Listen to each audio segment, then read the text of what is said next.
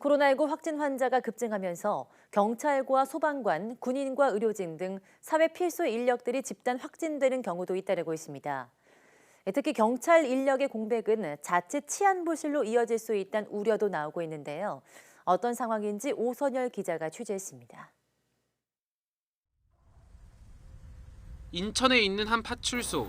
최근 나온 집단 감염으로 큰 홍역을 치러야 했습니다.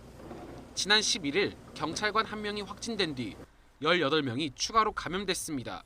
직원들이 잇따라 확진되면서 이 파출소는 지난 12일 문을 닫을 수밖에 없었습니다. 닷새가 지나서 다시 문을 열었지만 격리 조치로 인해 근무 가능 직원은 반토막이 났습니다. 인원이 아주 많지는 않으니까 네. 오늘은 이제 한 개 팀이 24시간을 해줘야 돼요. 확진된 자가 이제 자가격리에서 돌아오면은 네. 이제 4조 임의대로 완전히 정리하고요. 경기 구리소방서에서도 지금까지 9명이 확진돼 비상이 걸렸습니다. 발생 경로가 일정치 않다 보니까 우리도 쉽지 않습니다. 예. 지금 계속 진행 중이기 때문에 예. 그때 탄력적으로 이렇게 운영을 해요. 집단 생활이 일상화되어 있는 군에서도 집단 감염으로 비상입니다. 공군 신변교육 과정에서 지난달 18일 첫 확진 환자가 나온 이후 집단 감염자가 700명을 넘었습니다. 훈련병들은 창군 이후 처음으로 5주 신병 훈련을 마치기도 전에 급히 자대로 배치되기도 했습니다.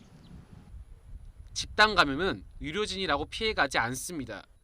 수도권 병원 곳곳에서 의사와 간호사들이 잇따라 확진되며 중환자 치료와 수술까지도 차질을 빚는 일이 생기고 있습니다. 수술을 해야 될 의사들도 확진이 되고 있고 의사가 없는데 수술할 수가 없죠.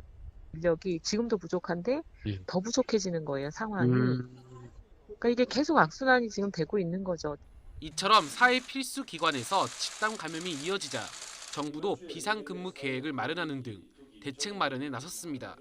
다수의 확진자가 발생해서 해당 기관이 가지고 있는 필수적 기능이 와해되는 상황을 상정하고 거기에 따라서 어떻게 인력을 재배치하고 업무를 보존할 것인가에 대한 계획이 될 것입니다.